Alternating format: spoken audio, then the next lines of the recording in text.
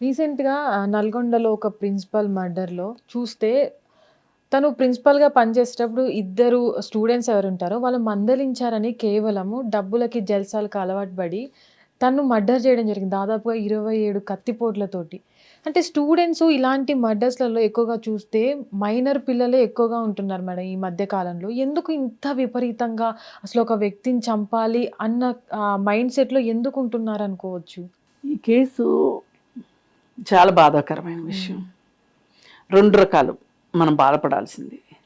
అసలు చదువుకుంటున్న పిల్లలు, ఎంతో భవిష్యత్తు ఉన్న పిల్లలు, వాళ్ళ జీవితాలు ఇలా చేసుకుంటున్నారేంటి అనేది ఒక పక్క. ఇంకో పక్క ఆ కుటుంబానికి ఎంత తీరని లోటు అసలు. ఇప్పుడు ఆ భర్త, ఒక బాబు ఉన్నాడు వాళ్ళకి, ఇంజనీరింగ్ చదివే బాబు. ఆ బాబు చాలా డిప్రెషన్లోకి వెళ్ళాడని తెలుస్తుంది. ఎందుకు? ఓ పక్క తల్లి చనిపోయింది, ఇంకో పక్కన తండ్రిని విచారిస్తూ ఉన్నారు. ఆ పిల్లాడు ఒక్కసారి కాబట్టి ఒక్కసారి ఆయన అనుకుని ఉండడా, ఎందుకు మా నాన్న విచారిస్తున్నాడు, మా నాన్న హస్తం ఏమైనా ఉందా ఈ విషయంలో, మా నాన్న ఏమన్నా మా అమ్మని చంపుంటాడా అని ఆ పిల్లాడు ఆ ఆలోచన వస్తేనే ఆ అబ్బాయి వణికిపోయే పరిస్థితి ఉండదు. ఒక కుటుంబం అసలు నిజంగా ఒక రకంగా నిట్ట నిలువున కూలిపోయిందని చెప్పచ్చు. ఇవి ఈ రెండుటిని మనం చాలా ఆలోచనతోటి మాట్లాడుకోవాల్సిన విషయాలు ఈ రెండు కూడా. ఓ పక్క ఆమె దాదాపు 24 సంవత్సరాల నుంచి ఆమె స్కూల్ నడుచుకుంది. తను ఇంకొక ఫ్రెండు ఇద్దరు కలిసి, ఇద్దరు మహిళలు నిజంగా ఒక ఎంటర్‌ప్రెన్యూర్స్ లాగా ఆ స్కూల్ని అంతలా డెవలప్ చేశారంటే, ఆ స్కూల్ చూస్తే దాదాపు ఒక గవర్నమెంట్ స్కూలు టైప్లో పెద్ద ఆట స్థలం, పెద్ద బిల్డింగు. ఇప్పుడు ప్రైవేట్ కాలేజీలకి ఎక్కడ ఆట స్థలాలు ఉండవు, అందుకని నేను ప్రభుత్వ పాఠశాల లాగా ఉంది అనింది. పైగా దానిలోనే హాస్టల్, ఆ చుట్టుపక్కల తాండాల నుంచి వచ్చే పిల్లల కోసము ఫీజులు తీసుకుంటారనుకోండి, అది వేరే విషయం. ఇంత స్టాండర్డ్స్ తోటి అది నడపటము అనేది ఈ ఇద్దరు చాలా గొప్పగా కష్టపడ్డారనిపిస్తుంది. వాళ్ళ కష్టంగా అనిపిస్తుంది అక్కడ. ఇంత కష్టపడి ఇన్ని సంవత్సరాలు ఆ స్కూలే జీవితంలాగా బతికారు అంటే అది అసలు నాకు మాటలు రావట్లా. ఎందుకంటే ఒక స్కూల్ నడపడం అంటే ఆషామాషి కాదు, చాలా కష్టమైన పని. పైగా దాంట్లో ఒక విలువలతో కూడిన విద్యని అందించటం అంటే చాలా మంచి పేరు ఉందంట ఆ చుట్టుపక్కల. సరే, అయితే ఇప్పుడు 10th క్లాస్లో పిల్లలు ఎవరైతే ఉన్నారో, హాస్టల్లో ఉండే పిల్లలే ఈమెకు మరి ఎలా కనిపించారో, గంజాయి తీసుకుంటా కనిపించారు. కనిపించేసరికి ఆమె వాళ్ళని పిలిచి కూర్చోబెట్టి మాట్లాడే టైంలో వాళ్ళ బ్యాగులు చెక్ చేస్తే బ్యాగులో డబ్బులు, సెల్ ఫోన్ కూడా ఉందని ఆమె గమనించింది. సరే, అప్పుడు ఏం చేసిందంటే, ఒక మొదటి హెచ్చరికగా, అంతకుముందు కూడా కాస్త అటు ఇటుగా ఉంటుంటే వాళ్ళని హెచ్చరిస్తూ ఉండేది, మందలిస్తూ ఉండేది. సరే, ఇంకా వాళ్ళ ఇంట్లో వాళ్ళని పిలిపించి, మీ పిల్లలతోటి కష్టంగా ఉంది హాస్టల్లో, మీరు రేపటి నుంచి డే స్కాలర్స్గా పంపించండి అని చెప్పి డే స్కాలర్స్గా మార్చేసింది ఆవిడ వాళ్ళని, ఆ పిల్లల్ని. మార్చేసిన తర్వాత ఇక వాళ్ళు ఈమె పైన కక్ష పెంచుకున్నారు. కక్ష పెంచుకొని స్కూల్లో, ఇప్పుడు 10th క్లాస్ పిల్లలకి జనరల్గా స్కూల్లో కాస్త పట్టు ఉంటుంది, ఆఫీస్ రూమ్లోకి చొరవగా వెళ్ళటము, అంటే చిన్నప్పటి నుంచి అక్కడే చదువుకుంటారు కాబట్టి ఈ టీచరు ఫీజులు ఎలా తీసుకుంటుంది, ఆ డబ్బుల్ని తను తీసుకెళ్తుందా, ఇక్కడ లాకర్లో పెడుతుందా, ఇట్లాంటివన్నీ కూడా వీళ్ళు గమనిస్తూ ఉన్నారు. గమనిస్తూ ఉండేసరికి ఒకరోజు వీళ్ళకు ఐడియా వచ్చేసింది. అసలు వాళ్ళ ఇంటికి వెళ్ళి ఆవిడ దగ్గర డబ్బులు దొంగతనం చేస్తే ఎలా ఉంటుంది, ఫోన్ కావాలి, మంచి స్మార్ట్ ఫోన్ కావాలి, పైగా ఒక రకంగా అందరికి తెలిసిపోయింది వీళ్ళని ఈవిడ క్రమశిక్షణ చర్యలు తీసుకుంది అని, ఆ కక్ష కూడా ఉంది. అందుకని చెప్పి ఒక దెబ్బకు 2 పెట్లు అన్నట్లు వీళ్ళు వెళ్ళారు వాళ్ళ ఇంటికి. వెళ్తా ఒక చాకు కూడా తీసుకుని వెళ్ళారు, మాస్కులు పెట్టుకున్నారు, గ్లౌజులు వేసుకున్నారు, వేసుకొని వెళ్ళారు. వెళ్తే సడన్గా ఈ అబ్బాయి లోపలికి ఎంట్రీ అయ్యేసరికి ఆమె కాస్త ఆశ్చర్యంగా చూస్తుంది, ఎవరితోనో ఫోన్లో మాట్లాడుతుంది. ఆశ్చర్యంగా చూసినప్పుడు ఈ పిల్లాడికి మాస్క్ జారింది. ఏ బాబు నువ్వా అంటే ఆ టైంలో మాస్క్ పెట్టుకుని వీడు ఎందుకు వస్తాడు అని ఆమె ఒక్క క్షణం ఉలికిపడినట్లుంది. ఆ ప్రాసెస్లో ఆమె ఫోన్ జారి కింద పడిపోయింది, ఫోను సైలెంట్లో పడిపోయింది, అదే స్విచ్ ఆఫ్ అయిపోయింది. ఇంకప్పుడు వీడు ఆమెని పొడి చేసి, పైగా డే 1 నుంచి అనిపించింది ఏంటి అంటే ఏ ప్రొఫెషనల్ కిల్లర్ అయినా సరే అన్ని కత్తిపోట్లు ఓడవడు, వాడికి తెలిసి ఎక్కడ పొడిస్తే సస్తారో.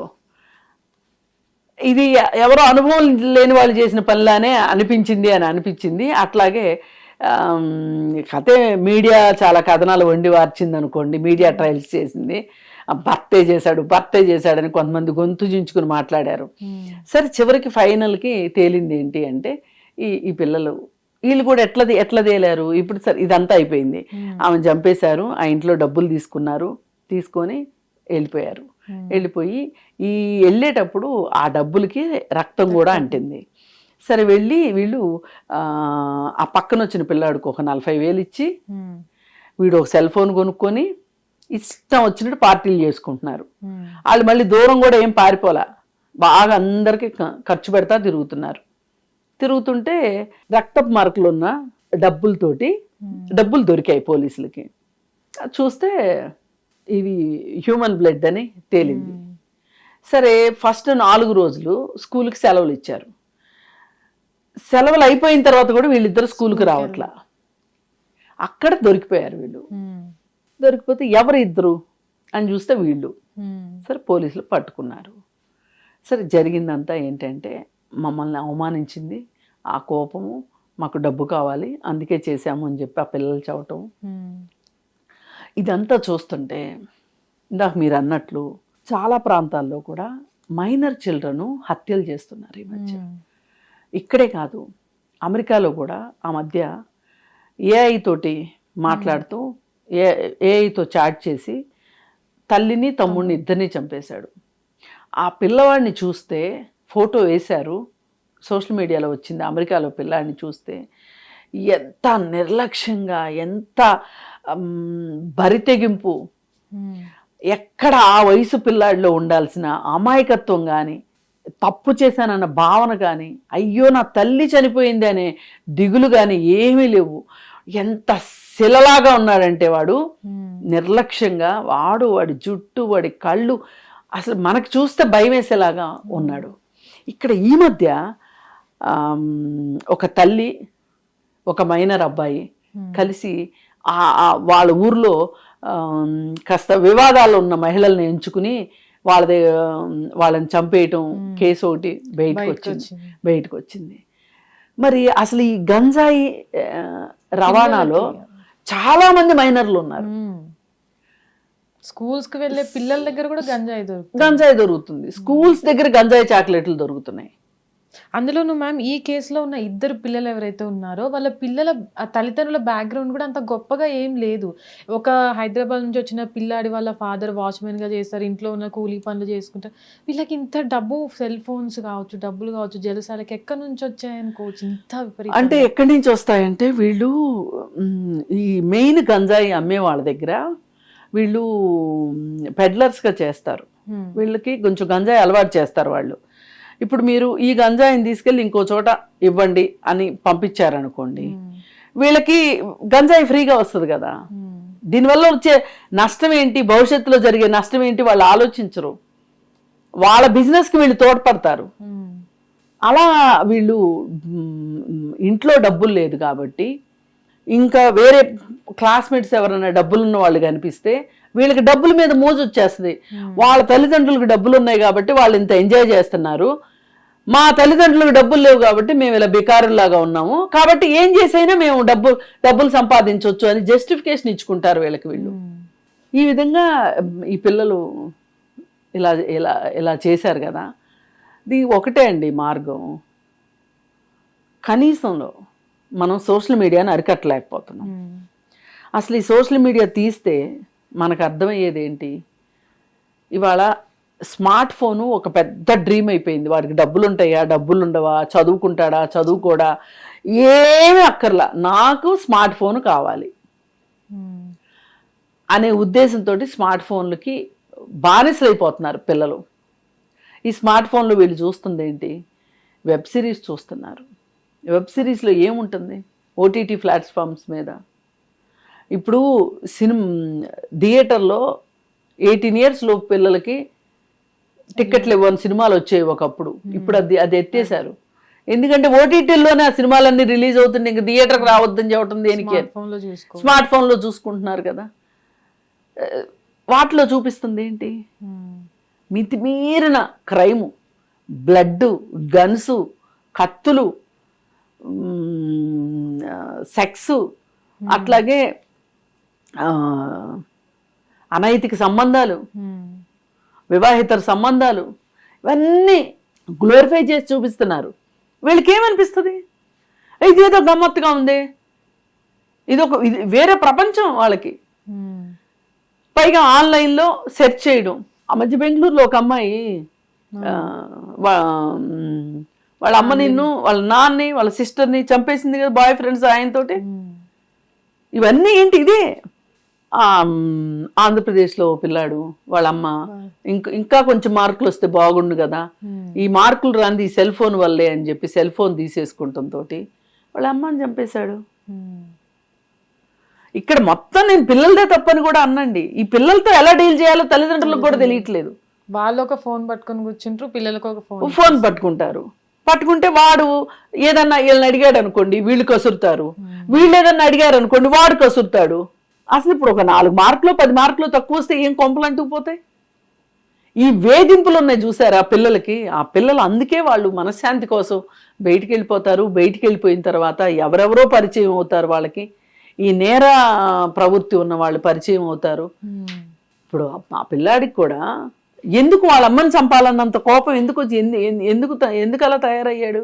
ఆ బెంగళూరులో కేసు అంతే. అమ్మాయి చెప్తుందిగా, అసలు నా మాటకి ఏ రోజు విలువ ఉండదు, నన్ను ప్రతిసారి బద్దాక చెల్లెలతో కంపేర్ చేస్తారు, మా అమ్మని విపరీతంగా ఒత్తిడి పెడుతుంది అంటే వీళ్ళు ఏమనుకుంటారంటే ఈ ఒత్తిడి పెడితేనే వాళ్ళు బాగుపడతారు కదా అని వీళ్ళు అనుకుంటుంటారు.